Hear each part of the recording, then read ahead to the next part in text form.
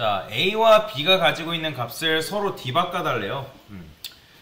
일단 뭐 이런 식으로 뭐 제가 이렇게 썼는데 뭐 그러니까 쉽게 말해서 이렇게 변수라는 거는 공간이에요. 공간을 이제 마련한 거고, 그 공간에다가 별명을 붙여주기로 A라는 우리가 별명을 붙여준 거다라고 보시면 됩니다.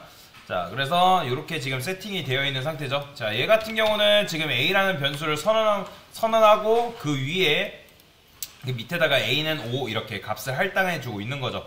자, 이것도 필요 없으니까 지울게요.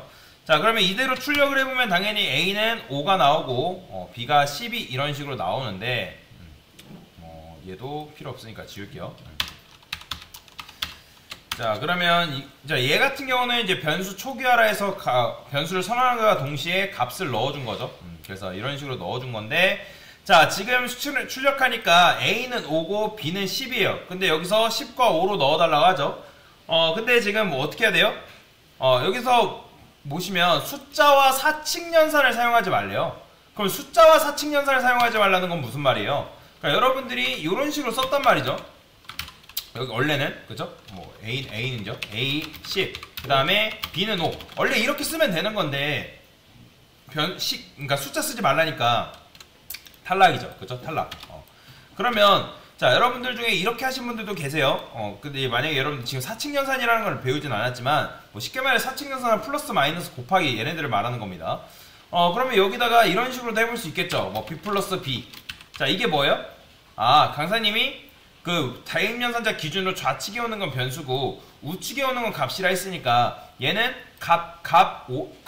값이니까, 자, 여기다 A 플러스 A라 했죠. 값이니까 이렇게 하면 되지 않을까? 이렇게 하면 당연히 뭐가 나오겠어요? 10이 나오죠. 그쵸? 왜냐면 얘는 5고 5잖아요. 5 더하기 5는 10이니까 10이라는 값이 여기 할당된단 말이에요. 근데 사칙연산도 쓰지 못하기 때문에 일단 탈락이라는 거예요. 그러면 도대체 어떻게 할 수 있냐? 제가 말씀드렸죠? 대입연산자 기준으로 좌측에 오는 건 변수고 우측에 오는 건 값이라고 설명을 드렸어요. 그러면 A에다가 어쨌든 할당해줘야 되는 값은 10이란 말이에요. 근데 10이라는 값을 품고 있는 녀석이 있어요. 누구죠? B죠. 그럼 이렇게 해주면 되는 거예요. 자, 여기까지 생각하시는 분들은 굉장히 변수에 대한 개념이 잘 잡혀있는 분들이에요. 굉장히 잘하신 겁니다. 왜냐면 지금 제가 말씀드렸던 좌측은 변수, 우측은 값이라는 개념을 이해를 하고 있다는 거니까 좋은 출발점이라는 거예요. 그죠? 그러면 이제 여기에 B는, 얘는 B가 아니라 얘는 뭘로 봐야 된다? 10으로 보셔야 됩니다. 그죠? A는 10. 자, 그러면 자, 여기다가 이런 식으로 하신 분들 계실 거예요. 자, 저는 이렇게 하신 분들도 칭찬을 드립니다. 다만 요거는 정답이 아니에요. 왜요? B는 뭐가 나오기 때문에 10이 나와요. 왜 그럴까요? 자, 그러니까 이걸 이렇게 하신 분들은 A는 5라고 생각했기 때문에 이렇게 하신 거란 말이에요. 근데 이게 안 되는 이유가 뭘까요? 그렇죠. 자, 지금 A에다가 여전히 A에는 우리가 변수 재활용을 통해서 A에다가 10이라는 값을 지금 할당해주고 있는 상황이란 말이에요. 그러면 12번째 라인에서 A는 지금 뭐예요? 10이란 말이에요. 그렇죠? 그러면 지금 13번째 라인에서 얘는 뭘로 봐야 되는 거예요? 10으로 봐야죠. 그렇죠? 왜냐면 대입연산자 우측에 온 거는 값이니까 값 10이죠. 그러면 도대체 여기서 어떻게 하냐? 자, 여러분들이 어떤 중요한 데이터를 다뤄야 돼요. 그러면 여러분들 데이터를 다루기 위해서 보통 어떻게 해요?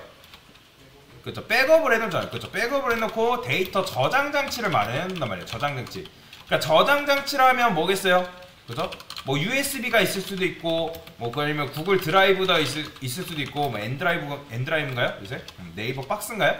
자, 이런 것도 있고, 뭐 예를 들어 이메일도 있을 수도 있고, 이메일은 좀 그렇지만 뭐 폴더, 그러니까 다양한 데이터를 저장할 수 있는 저장 장치라는 게 있겠죠. 그러면 얘네들의 공통적인 특징은 뭘까요? 공간으로서의 특징이 있다는 거예요. 공간. 그러니까 어떤 데이터를 저장하려면 무조건 뭐가 필요하다? 공간이라는 게 필요합니다. 공간이 있어야지만 그 데이터를 우리가 저장, 보관할 수가 있다라는 거예요.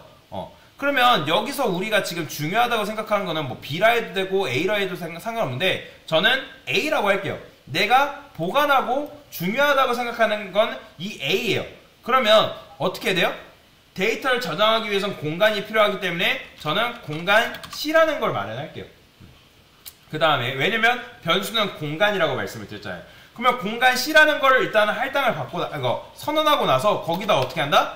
내가 소중하다고 생각하는 A, 정확하게 말해서는 5죠. 5라는 값을 C에다가 잠깐 보관을 해두는 거예요. 그러면 얘는 결국엔 뭐예요? 변수 C에는 지금 값이 뭐가 할당되어 있다? 5라는 값이 할당되어 있는 거죠. 근데 이 상태로 실행해봤자 값이 바뀐다 안 바뀐다? 안 바뀌어요. 여전히 B는 10이에요. 그러면 B에다가 뭘 줘야 돼요? 그렇죠. A를 주는 게 아니라 C를 줘야겠죠. 왜요? 얘는 뭐기 때문에 5랑 똑같은 거니까. 그렇죠? 5라는 값을 할당해 줘야지만 이런 식으로 출력을 할 수가 있겠죠. 그러니까 여러분들이 요걸 이해를 하셨다는 거는 굉장히 변수에 대한 개념이 이해도가 높은 거예요. 자, 요런 걸 뭐라고 하냐면 변수 수합이라고 합니다. 변수 수합. 수합이 뭐예요? 바꾸다라는 거잖아요. 그러니까 변수와 변수를 이용해서 값을 서로 교체를 한 겁니다. 자, 요거는 참고로 여러분들 이건 너무 쉬워 잘 알고, 그러니까 프로그램 언어에 대해서 잘 이해를 하시는 분들은 이거 너무 쉬운 거 아닌가 할 수 있지만 이거 나중에 알고리즘 문제에 굉장히 많이 등장하는 문제 중에 하나고, 실제로 현업에서도 이런 식으로 변수와 변수끼리 데이터를 교환하기도 합니다. 그렇게 되면 굉장히 많이 쓰는, 쉽게 말해서 변수합이라는 알고리즘, 기초 알고리즘이기 때문에 여러분들이 잘 알아두시면 굉장히 좋습니다. 그래서 이런 식으로 문제를 한번 같이 풀어봤습니다. 네, 이상입니다.